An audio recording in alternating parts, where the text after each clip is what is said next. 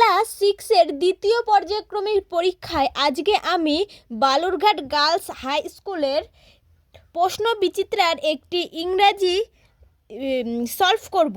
প্রথমেই রয়েছে who is called a pharaoh. Pharaoh কাদের বলা হতো? Pharaoh was a Egyptian king, they lived around 5000 year ago. তারপরের প্রশ্নটা রয়েছে হোয়াট ইজ পিরামিড। পিরামিড কি?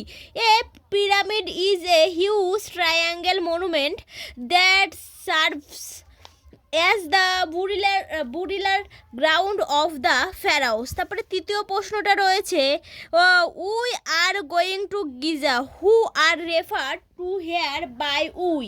এইখানে কাদের রেফার করা হয়েছে? The we refer to Ishan and his mother. Ishan and his mother. তারপরের প্রশ্নটা রয়েছে explain Ishan and his mother purpose to visit of Giza. কোন পারপাসে ঈশান আর ঈশানের মা গিজায় গিয়েছিল? The purpose of Ishan and his mother visit the Giza is to see the three great pyramid. তিনটি বড় মহান পিরামিড দেখতে গিয়েছিল। তারপরে রয়েছে দ্য ফ্যারাও লিভড। ফ্যারাওরা বাস করত অ্যারাউন্ড 5000 ইয়ার্স এগো। তারপরের প্রশ্ন রয়েছে the burial ground of the pharaoh is called a pyramid.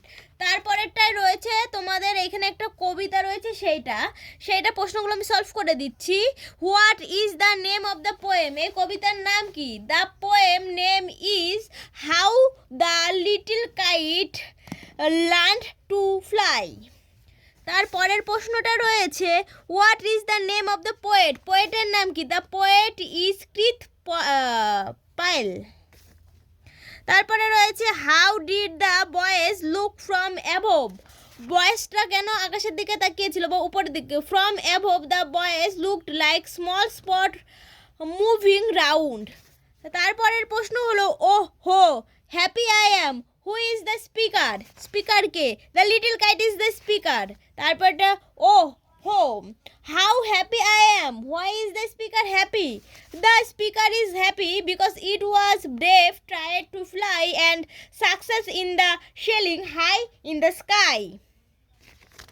তারপরে রয়েছে ট্রু ফলস রয়েছে from the above the little kite saw many rolling star. এটা হবে ফলস, এটা সাপোর্টিং স্টেটমেন্ট হবে and the boys like small spot moving around. 2 number প্রশ্ন হলো high up the sky only the bird at the kite compares. এইটা হবে true supporting statement and only the bird and the cloud at there.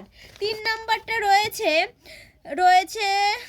The little kite learned fly as he was the brave and he put the effort. এইটা হবে true আর supporting statement হবে and all because I was brave and tried. তারপর এটা রয়েছে একটা unseen Edward Jenner ওয়াজ হবে Edward Jenner ছিল একজন সায়েন্টিস্ট।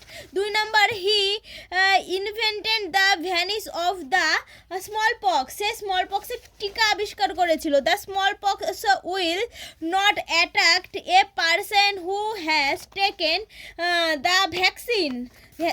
তারপরে হলো Napoleon said the points free following the request doctor Jenner. 5 নম্বর হবে people did the small pox before the innovation of vaccine. তারপরেই রয়েছে এই তোমাদের উপরের আনসিনের প্যাসেজটা থেকে তোমাদের এই শূন্যস্থানটা পূরণ করতে হবে। The traveller was robbed. তারপরে he was now out of danger. The innovation of the mobile has change our life. তারপরে রয়েছে গ্রামার অ্যান্ড ভোকাবুলারি রয়েছে the intelligent student are in the classroom. এখানে আন্ডারলাইন দ্য অ্যাডজেক্টিভের তলায় ডাক দিতে হবে, এটা হবে ইন্টেলিজেন্ট হলো adjective. We have a nice time, এইটা সিম্পল পাস্ট করতে হবে we have a nice time.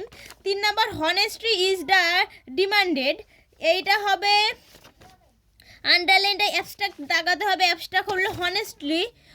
What a lovely picture, এটা হলো এক্সক্লেমেটরি সেন্টেন্স। তারপরে ডাজ দ্য রিসেট ওয়েল্ড, এইটা হবে ফিলিং দ্য অ্যাসারিটিভতে তোমাদের পূরণ করতে হবে, এটা হবে দ্য রিসেট রয়েল। তারপরে হবে তোমাদের আর্টিকেল করতে হবে, শি ইজ অ্যান এলএলবি। তারপরে দ্য গোল্ড ওয়ার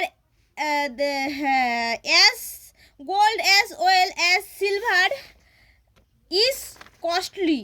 তারপরে use prefix to make the পলিটিশিয়ানের প্রফিক্স হবে ইন প্র্যাকটিক্যালের এইটা বলেছে, প্র্যাকটিক্যালের অপোজিট ওয়ার্ড কি হবে? Practical, impractical. তারপরেটা হবে তারপরেটা বসাতে হবে প্রিপোজিশন, এটা হবে ইন। তারপরেটা রয়েছে ইন্ট্রোডাকশনের বিপরীত শব্দ হবে, কনক্লুশনও হতে পারে, এন্ডও হতে পারে, তোমরা যেটা খুশি লিখতে পারো। Each of the student has brought জ্যামিতি box. I will always remember your honestly. তারপরে change the gender of the following word প্রিন্সের জেন্ডার চেঞ্জ করতে হবে প্রিন্সেস। তারপরেই তোমাদের রয়েছে এইখানে এই 3 নম্বর আনসিনটা থেকে তোমাদের এটা খুঁজে বের করতে হবে, a person who kept the in jail for a offence prisoner. Reject মানে রিফিউজ।